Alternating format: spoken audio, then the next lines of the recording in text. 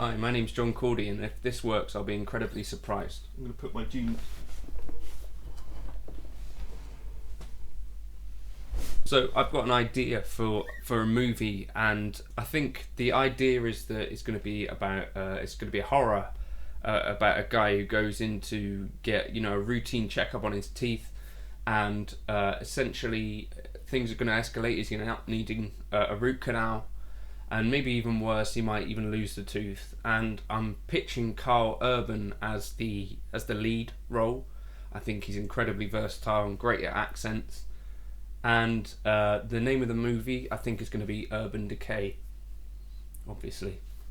Right, so today I've been working on an 80s preset. And in the intro you would have heard it. And so I just wanted to break it down. People have asked me if I can do this sort of thing, and I'm not used to using HX edit, so bear with me. Should probably get some glasses on for this. But so here's what we're dealing with. This is based off of my two tones preset, or the layout, which you can find, I believe, in setlist. If you go into templates, it'll be the 2 amps AB. So essentially you've got this kind of split off into 2 amps that then go down to the other signal chain and into 2 IRs, and it basically gives us an opportunity to use loads and loads of blocks. There's a few other videos that I've done on this, so if you want to look into that, you can. So I guess the best place to start off with is here. So I've got the line 6 badonk with these settings. If you want to stop here and copy them, you can, or if you want the preset, it will be in my bundle in the description. And then the other amp is a Jazz Rivet, set fairly clean, I think fairly stock as well. Bright switch off. Okay, so we've got both those amps. Notice that for this clean preset I've got this is essentially like the line 6 big bottom, if you remember that from the pod days. But I've got the drive all the way off for this clean tone pretty much. And they're both going into the free own hammer IR that I use for everything, with a high cut on 8 kilohertz. Then if I go into one of the drive settings, I guess this would be a good place. You'll see that I jump up the drive on the badonk. The Jazz Rivet stays the same, but also I think I turn the high cut off for that. Interesting. So that's what you're hearing for that. And then I guess I turn the high cut off. That's opposite to what I would normally do, but given that it's the 80s, that fizz and stuff is kind of a presence essentially. So let's go back to the clean and look at what we've got going on. So at the very start of the chain, there's a volume pedal, pretty much always on the harmonic flanger. This is going into both of the amps. Stock settings, I believe, just because the flanger is kind of one of those modulation effects that was used in the 80s. And then I got a Rochester comp again with, I think, stock settings. And then at this end of the chain, let's go on to the delay setting. We've got a vintage digital, which I also used in the 1975 preset, which sort of inspired some of this as well. Those are the settings there. And that goes into a memory man, essentially. With those settings. For a bit more modulation. Again, you can pause that and copy it if you want to. And then into the Trinity chorus. And I think the main difference here is that I've got the left boost on and the right boost. Aside from that, I think it's relatively close to the normal settings. Then a plate reverb with a mix fairly low. The delay mix changes as I move into the lead tones, just because the way that I was monitoring it kind of took over a little bit. Yeah, plate reverb with those settings, as you see, kind of.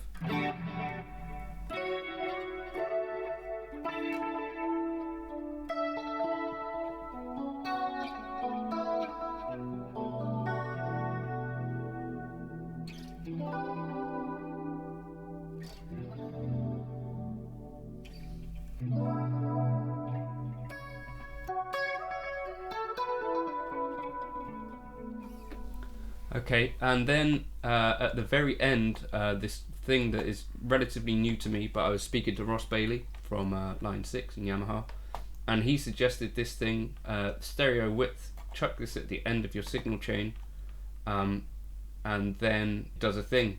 Essentially gives you a slightly wider stereo field, maybe not, I don't know. Let's try it on and off.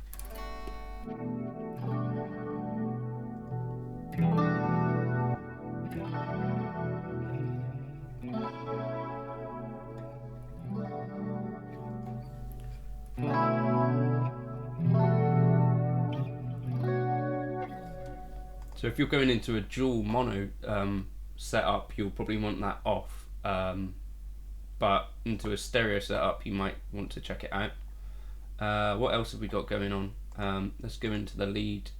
So the first lead uses a Timmy, I think, before the flanger.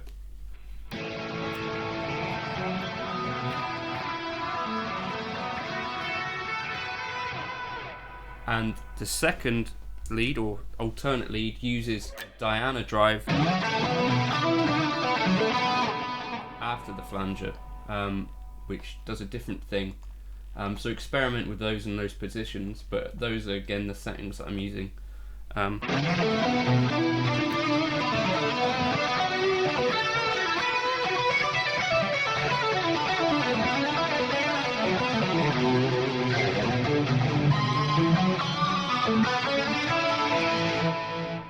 So yeah, a relatively simple setup once you've got past the template, but those were just the kind of things that I'm using to achieve those tones. Things that I might do if I wanted to kind of get it closer to what I might like is to move the high cuts back a smidge for the lead tones. Let's have a listen.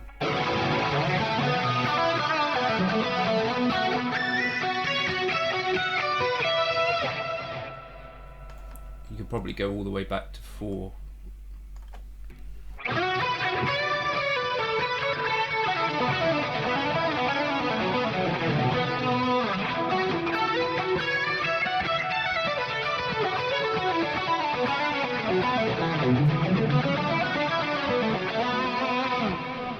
So yeah, that's this preset again. So this is JC 2 Tones 80s Alt.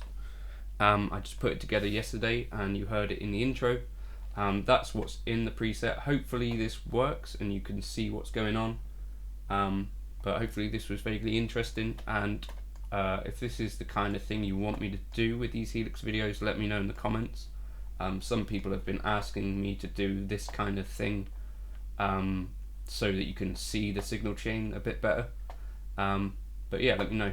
Thank you for stopping by, and catch you for another video soon. Cheers.